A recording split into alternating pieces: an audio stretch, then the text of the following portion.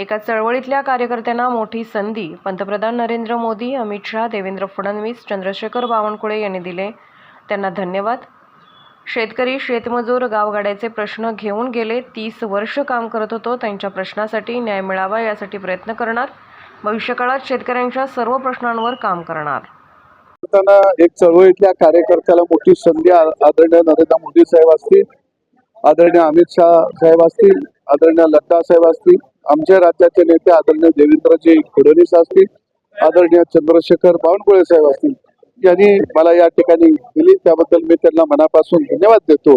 आणि शेतकरी, शेतमजूर, गावगाड्याचे प्रश्न घेऊन गेली 30 वर्ष मी काम करत होतो. निश्चितपणाने त्यांच्या प्रश्नाला न्याय मिळावा याच्यासाठी भविष्य काळामध्ये काम करतो. असा नवीन प्रश्न काय उपस्थित करणार शेतकऱ्यांच्या? नाही, मग शेतकरी म्हटलं की मग त्याच्या शेतात जो जो शेतमाल तयार होतो, मग कापसापासून सोयाबीन पर्यंत, कांद्यापर्यंत, ऊसापर्यंत, भाजीपाला, दूध, अशा अनेक तो शेतीमध्ये पिकाचं उत्पादन घेत असतो, त्याच्यावर काम करतो.